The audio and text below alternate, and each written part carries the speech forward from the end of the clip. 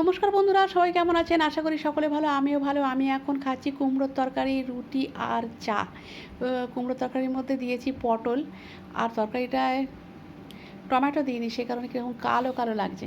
তো হাজব্যান্ডের খাওয়া হয়ে গেছে, আর আমার ছেলে তো আজকে অফিসে যায়নি, ঘুমিয়ে আছে এখনও। তারপর আমি এলাম ছাদে, গাছগুলো একটু ওষুধ দিলাম, জলও দিলাম। এই গাছটায় প্রচুর কুঁড়ি হয়েছে, কিন্তু কীরকম একটা গুঁড়ো গুঁড়ো যেন পোকা পোকা দেখছি, সেই কারণে একটু দিয়ে দিলাম ওষুধ। তারপরে কিছুক্ষণ পরে জল।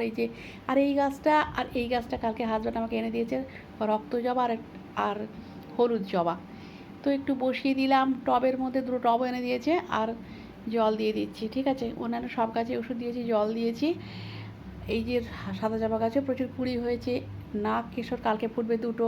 এখানে গামলায় জল রেখেছি, সবজির খোসা পচাবো গাছে দেওয়ার জন্য। তারপর রান্না করতে চলে এসেছি, পটল দিয়ে চিংড়ি মাছ দিয়ে করছি। পুজো হয়ে গেছে, অন্যান্য অনেক কাজ হয়ে গেছে, সব কাজ। আর এখানে মুসুর ডালটা আমার মা করতো, মুসুর ডাল লাউ শাক সেদ্ধ, নুন আর তেল দেওয়া আছে, নিম পাতা ভাজা। আর এটা করছি লাউ পাতা, রসুন, চিংড়ি মাছ আর ধনে পাতা আর কাঁচা লঙ্কা।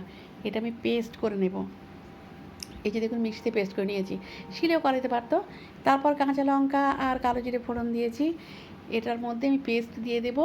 এটা ভর্তা করছি, চিংড়ি মাছ লাউ পাতার ভর্তা। এই যে দেখুন, এটা সুন্দর করে আমি লো ফ্লেমে মানে জলটা শুকিয়ে নিচ্ছি।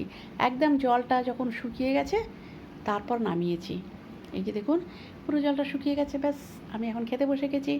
সব কিছু খেয়েছি, তো এটা আজকে ফার্স্ট এটা দিয়ে খাচ্ছি, চিংড়ি আর লাউ পাতার ভর্তা দিয়ে আমি ভাত খাচ্ছি, হাজব্যান্ডও খাচ্ছে, ছেলে একটু পরে খাবে। তো আজকের ব্লগটা এই পর্যন্তই। সবাই খুব ভালো থাকবেন।